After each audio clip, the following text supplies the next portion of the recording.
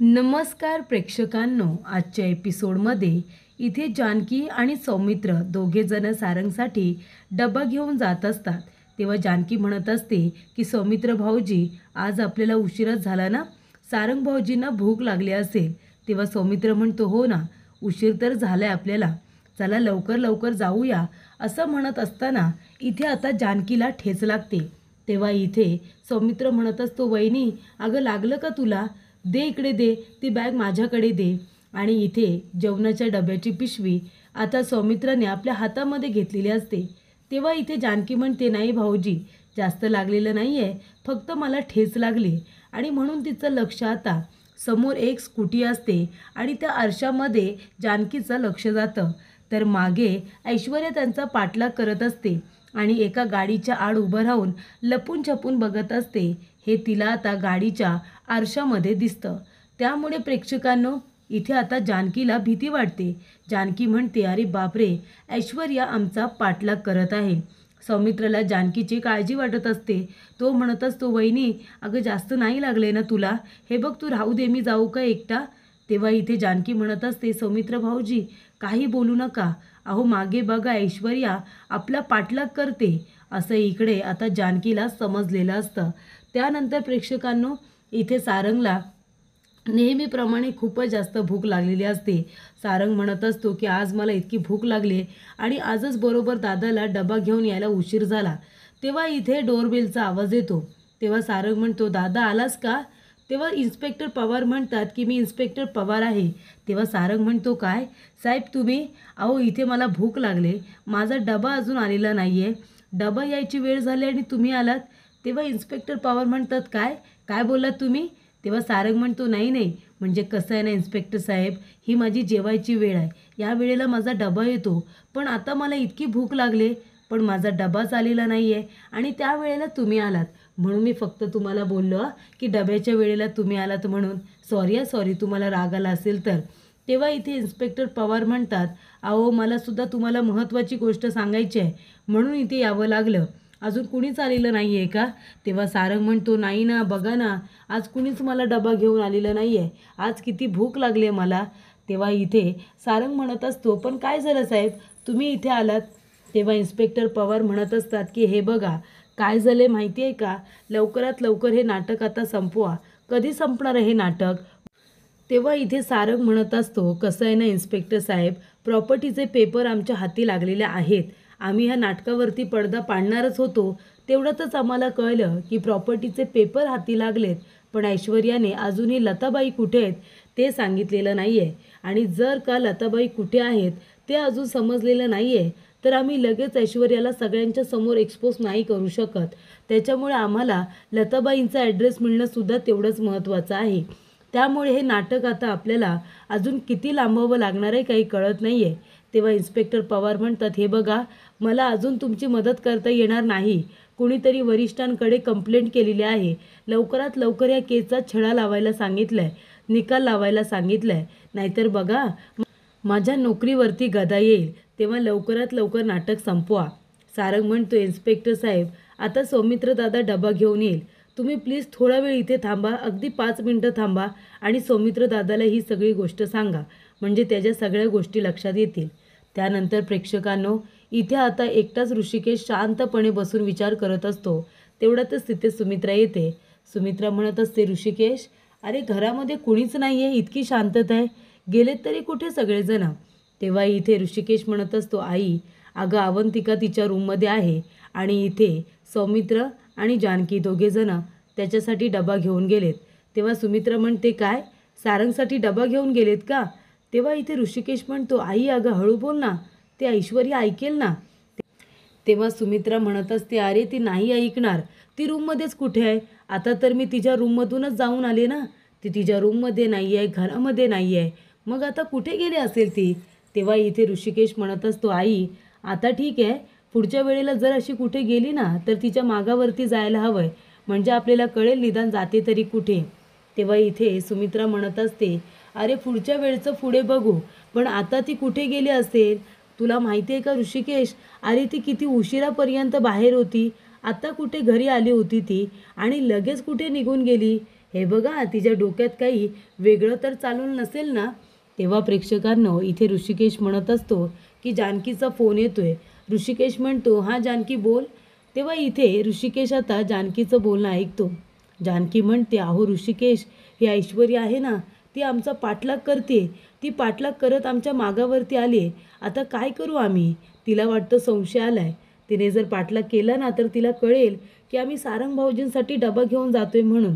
तेव्हा इथे ऋषिकेश म्हणत असतो, आई अगं ती ऐश्वर्या आहे ना, ती जानकीचा आणि सौमित्राचा पाठलाग करत गेली. आता काय करायचं? तेव्हा इथे ऋषिकेश म्हणतो, जानकी तू एक काम कर, तुम्ही दोघेजण ना चालत राहा. त्या ऐश्वर्याला संशय येईल असं काही करू नका. असं दाखवा की तुम्हाला माहितीच नाही आहे की ऐश्वर्या तुमच्या मागावरती आहे ते. तुम्ही दोघेजण चालत राहा, चालत राहा. पुढे काय करायचं आहे ते मी बरोबर करतो. तू फक्त डबा घेऊन तिथपर्यंत पोच आणि त्या ऐश्वर्याला जे काही करायचं आहे ते तिला करू दे. त्यानंतर प्रेक्षकांनो इथे आता ऐश्वर्या, सौमित्र आणि जानकी यांचा पाठलाग करतच असते. ते दोघेजण आता पोलीस स्टेशनपर्यंत जात असतात. त्यानंतर प्रेक्षकांनो इथे आता लता आणि माया दोघींनी मिळून एक प्लॅन केलेला असतो. तर दोघींनी मिळून त्या माणसाला आता मारायचं आणि इथून पळून जायचं असा प्लॅन केलेला असतो. पण प्रेक्षकांनो इथे आता लता म्हणत असते, तू एक काम कर माया, ही चादर घे. तो माणूस आतमध्ये आला ना की त्याच्या डोक्यावरती ही चादर टाक आणि मी ह्या लाटण्याने त्याच्या डोक्यामध्ये जोरात मारेन. तो बेशुद्ध झाला की आपण दोघी जणी पळून जाऊ, मग तर चालेल ना. तेव्हा इथे माया म्हणते, हे बघा पण हे जास्त रिस्की नाही होणार का? मला भीती वाटते खूप. जर आपला नेम चुकला तर आणि मग त्याने आपल्याला मारून टाकलं तर? तेव्हा लता म्हणते, अगं नको घाबरूस, मी जसं म्हणते तसं कर ना. तेव्हा प्रेक्षकांनो इथे मायाने आता एक चादर हातामध्ये घेतलेली असते त्या माणसाला मारण्यासाठी आणि इथे लताने लाटणं हातामध्ये घेतलेलं असतं. दोघीजणी त्या माणसाची आता वाट बघत असतात. त्याच्या आता पायांचा आवाज यायला सुरुवात होते. तेव्हा इथे लता खुणावत्याने म्हणते की आता तो माणूस येतोय, तयारीत राहा माया. तर इथे मायाने ती चादर आता डोक्यात टाकायची असते आणि मग लता डोक्यामध्ये इथे आता लाटण्याने मारणार असं काहीसं ठरलेलं असतं. पण प्रेक्षकांनो इथे तो माणूस आता जेव्हा रूममध्ये एंट्री करतो आणि तो आजूबाजूला बघत असतो, त्याला माया आणि लता दोघी कुठेही दिसत नाही. त्यामुळे तेव्हाच त्याला संशय आलेला असतो की काहीतरी गडबड नक्की आहे. तेव्हा प्रेक्षकांनो इथे आता लता लाटणं डोक्यामध्ये घालायला जाणार तेवढ्यात तो माणूस आपली बंदूक काढतो आणि लतावरती ताणतो. लता खूपच जास्त घाबरते. त्यानंतर इथे माया सगळं काही झाल्यानंतर चादर त्या माणसाच्या डोक्यावरती टाकायला जाते. तिचाही नेम चुकतो. त्यानंतर तो मायाच्या थोबाडीत देतो आणि तिला धाडकन दुसरीकडे पाडतो आणि आता लाथेने मारायला जाणार, पायाने मारायला जाणार. तेवढ्यातच इथे लता म्हणत असते, नका ओ नका मारू तिला, हवं तर मी तुमच्या पाया पडते, मी तुमची माफी मागते, पण त्या बिचारीला मारू नका, या सगळ्यात तिची काही चूक नाही आहे. तेव्हा इथे लताने आता त्या माणसाला थांबवलेलं असतं. त्या माणसाला ती अजिबात मायाला मारू देत नाही. तेव्हा तो माणूस म्हणत असतो, अच्छा म्हणजे मला मारून तुम्हाला दोघींना इथून पळून जायचं आहे का? पळून जायचं आहे तुम्हाला? आणि काय गं हे, तुझी इतकी हिंमत? आत्तापर्यंत तर बरोबर शांत होतीस ना, तुझ्यामध्ये एवढी हिंमत नव्हती आणि आता इतकी हिंमत आली आहे की मला मारून इथून निघून जायचं आहे का तुम्हाला? काय गे म्हातारे, मी तुम्हाला दोघींना त्रास देत नाही आहे. तुम्हाला त्रास होऊ नये, सगळ्या गोष्टी तुम्हाला मिळाव्या म्हणून इथे सगळी सोय करण्यात आलेली आहे. आणि तुम्ही दोघीजणी काय करताय? तुम्ही दोघीजणी मलाच मारण्याचा प्रयत्न करताय का? मारू का गोळी आत्ताच्या आत्ता मारू? माझ्यासोबत हे खेळ खेळायचे नाही या. मी तुम्हाला त्रास देत नाही ना, मग तुम्हीही मला त्रास न देता राहा. मला त्रास देण्याचा प्रयत्न करू नका, कळलं का? नाही ते म्हातारे आत्ताच इथे गोळी मारून टाकेन तुला.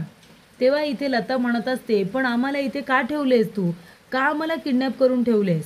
तेव्हा तो म्हणतोय, प्रश्न विचारायचे नाही. आता जर पुन्हा प्रश्न विचारलास ना तर या बंदुकीतून गोळी निघेल आणि डोक्यातून आरपार तिकडे बाहेर निघेल, कळलं तुला? जास्त प्रश्न विचारायचे नाही मला. त्यानंतर तो माणूस आता निघून जातो.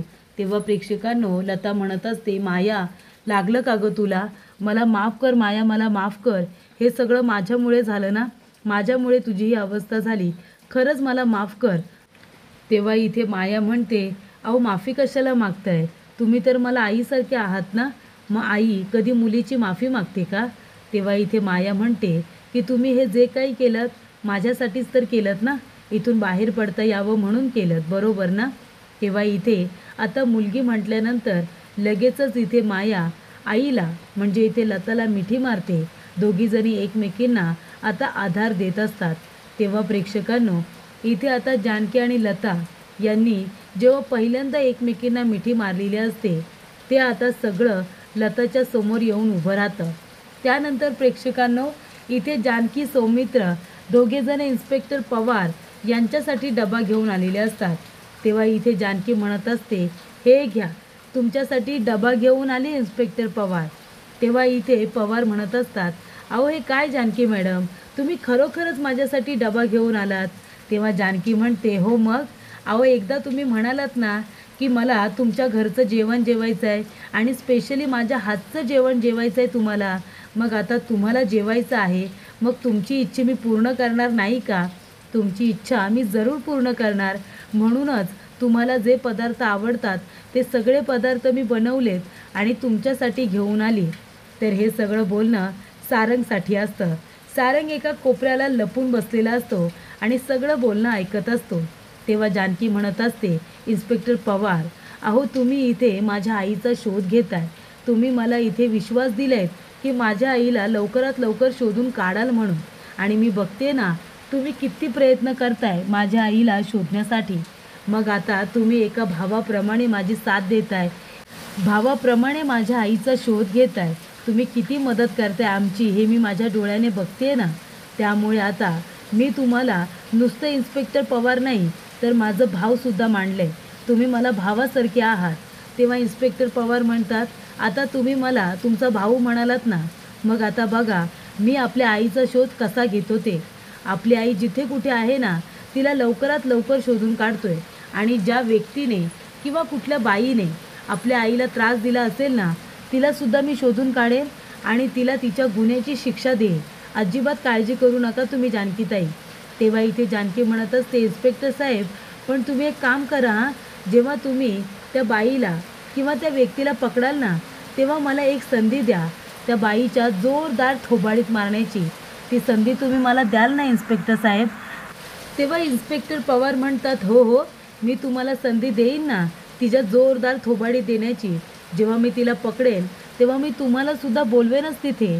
म्हणजे तुम्ही थोबाडी तर द्याच, पण मग त्यानंतरला सेलिब्रेट करण्यासाठी तुम्ही मला तुमच्या हाताने बनवून जिलेबी घेऊन यायची.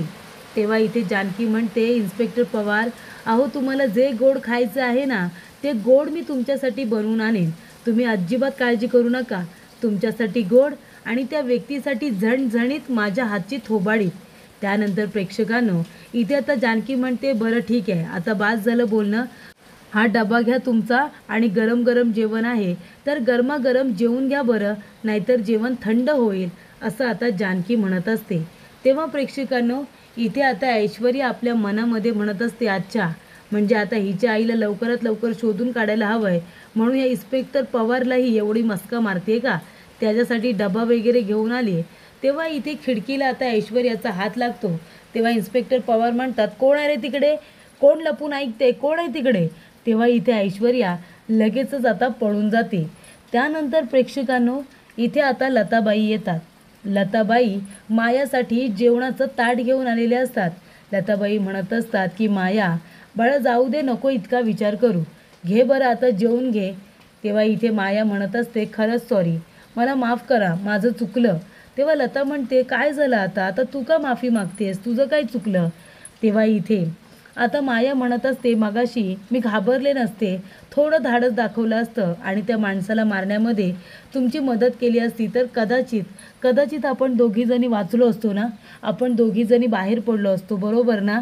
तेव्हा इथे लता म्हणते, हो गं, पण तुझी तरी काय चुकी, त्याच्या हातामध्ये पिस्तूल आहे ना, आपण काय करणार होतो? आणि हे बघ आता माया, तू एकटी नाही आहेस, तुझी आई आहे ना तुझ्याबरोबर. अगं नियतीने आहे ना, नक्कीच काहीतरी लिहून ठेवलं असेल. तू म्हणते तसं आपण इथून कितीही बाहेर पडण्याचा प्रयत्न केला तरी आपण काही पडू शकणार नाही. म्हणून जोपर्यंत आपण इथे आहोत तोपर्यंत तरी आपण शांत राहूया आणि कसं बाहेर पडता येईल याचा विचार करूया. देव जे काही आपल्या आयुष्यामध्ये घडवत असतो त्यामागे नक्कीच काहीतरी कारण असतं. म्हणजे बघ ना, तू इथे होतीस, नंतर मला त्या लोकांनी इथे आणलं. कदाचित तुझ्यासाठी, तुझ्या इथे आता एकटेपणा दूर व्हावा त्यासाठी, तुझ्या मदतीसाठी मला इथे देवाने पाठवलं असेल, बरोबर ना? आणि मी इथे आहे म्हणजे नक्कीच काहीतरी लिहून तुलासुद्धा इथे आधी पाठवलं असेल. आपण दोघीजणी एकमेकांची मदत करू, दोघीजणी एकत्र आपण इथून बाहेर पडू, चालेल ना? बरं आता बाद झालं ते सगळं, आता खाऊन घे बरं. थांब, मीच तुला माझ्या हाताने भरवते. तेव्हा इथे माया आपल्या हाताने खात नाही म्हणून लता आता इथे मायाला स्वतःच्या हाताने भरवते. त्यानंतर प्रेक्षकांनो, इथे आता माया म्हणत असते, मी जेव्हा रुसायचे ना तेव्हा माझी आई मला अशीच हाताने भरवायची, तिच्या प्रेमाने भरवायची. तेव्हा इकडे आता माया म्हणत असते, तुम्ही आहात ना माझ्याबरोबर? बरं झालं तुम्ही पण इथे आलात. मला खरंच इथे खूप एकटं वाटत होतं, भीती वाटत होती, पण तुम्ही आलात त्यामुळे मला आता धीर आलेला आहे. तेव्हा इथे तुम्ही माझी आई व्हाल ना, पण मला आता जास्त तुमच्या हाताने भरवू नका, नाहीतर मला तुमची सवय होईल ना. तेव्हा इथे लता म्हणते, होऊ दे की सवय. मग काय झालं, सवय झाली तर? देवाने मला एक नाही 2-2 मुली दिल्यात असं मला वाटेल. मी जाईन ना तुला माझ्याबरोबर घेऊन, येशील ना माझ्याबरोबर? असं इकडे आता लता मायेला विचारते. त्यानंतर इथे आता सौमित्र खिडकी उघडून बघतो तर ऐश्वर्या पळून गेलेली असते. तेव्हा इथे सौमित्र हसायला लागतो आणि म्हणतो, गेली पळून. तेव्हा इकडे जानकी म्हणते, गेली का ती पळून? तेव्हा सौमित्र म्हणतो, हो ना, इन्स्पेक्टर पवार यांचा बुलंद आवाज ऐकल्यानंतर अशी काही ती घाबरली की ती इथून पळूनच निघून गेली. तेव्हा सारंग म्हणत असतो, हे तर काहीच नाही दादा, अरे जेव्हा लताबाई सापडतील ना तेव्हा ऐश्वर्या ज्या पद्धतीने घाबरणार आहे ना तशी ती कधीच घाबरणार नाही आहे. त्यानंतर इथे जानकी म्हणते की मी सुद्धा देवाजवळ तीच प्रार्थना करते की माझी आई लवकरात लवकर सापडू दे आणि हे नाटक लवकरच बंद होऊ दे.